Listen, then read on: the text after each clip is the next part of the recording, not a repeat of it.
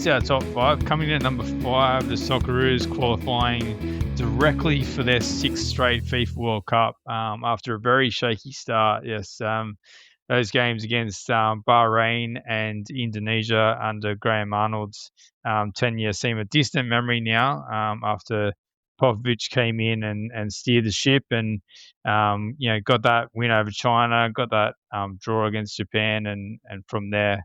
I wouldn't say it was exactly smooth sailing, but we did enough, and with Bajic's goal against Japan in Perth, we were just about through. But then finish the job in Saudi Arabia and look at the opportunity that has opened up for us in terms of lining up these friendlies and not having to go through the trickiness of Asian Cup or World Cup qualifying through Asia. So, 6 straight World Cup. Hard to believe after, 32 years before 2006 that we made a World Cup. So we're certainly making a good habit of qualifying for the World Cup, and let's hope that continues for many years to come. Coming in number 4, the Australian Championship commences with South Melbourne ultimately being crowned the first ever champions. Such an important part of the domestic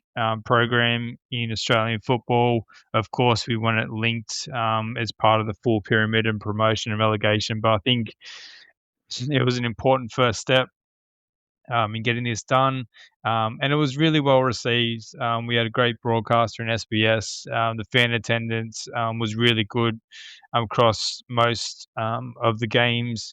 The quality on the pitch was really great, and it led to a final that was well contested by South Melbourne and Marconi. But ultimately South Melbourne come out champions, and well deserved. They were the best team across the whole Australian Championship, and one of the real drivers for getting the competition up and running.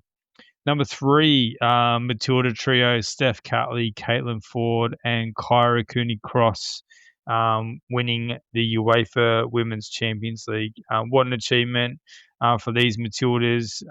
Steph Catley played a huge part in this. We've mentioned several times with her shift into that left centre back role as opposed to out wider, and what a big difference that made for the Arsenal team. So what a huge achievement that was, and then they've ended up going pretty well in the defence of that title this season. So who knows, we may even be looking at back-to-back Champions League winners for our Matildas at Arsenal. Number 2, the young Socceroos winning the Under-20 Asian Cup to qualify for the World Cup. Geez, mate, we were on the edge of our seats for just about this entire tournament. It was so important that these boys did well in this tournament, making the semi-finals, qualified them for the World Cup, and then that game against Japan. Unlike many games we've seen for the national teams playing against Japan, quite a dominant victory and a dominant performance, and it really did set them up for that final where they took out in a dramatic penalty shootout. Stephen Hall was the hero on that night, saving a couple of penalties.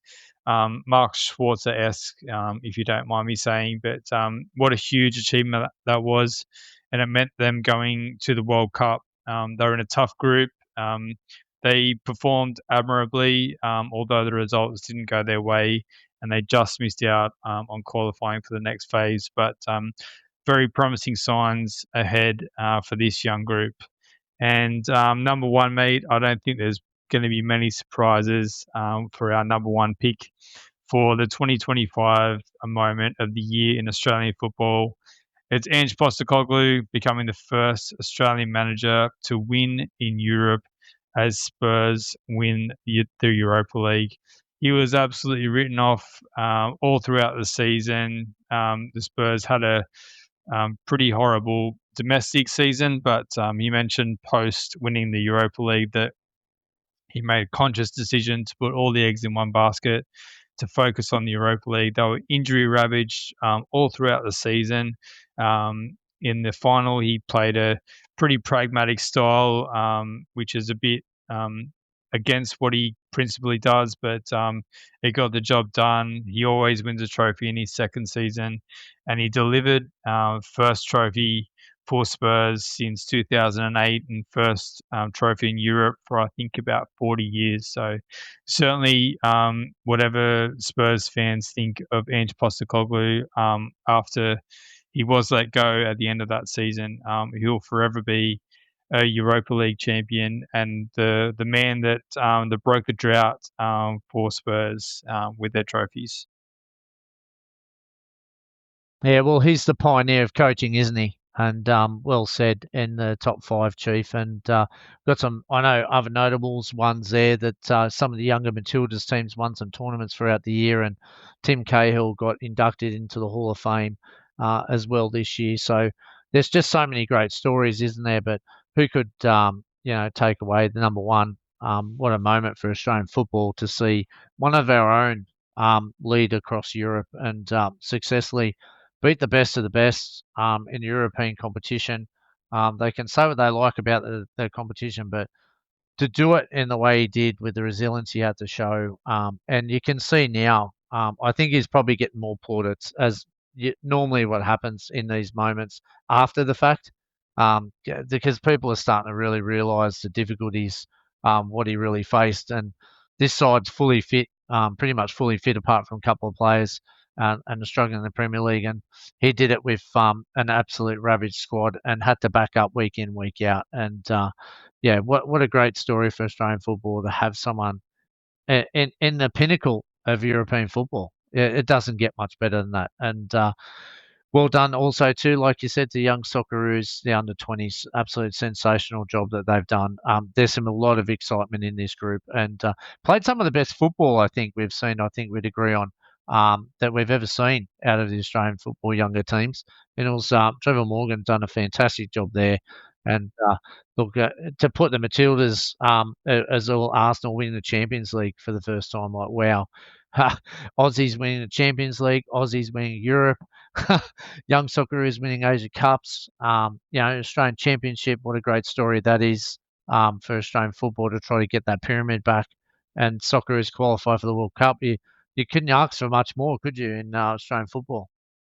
Yeah, it was an exciting one, and people may debate the order, but it wasn't easy to come up with that top five and the order that we put in there. But plenty. Feel free to debate that, and we've got some reasoning for the order and what we picked. But there's always going to be debate, and that's why we love football as well. That everyone's got different opinions, but that's our moments of 2025. Plenty to celebrate.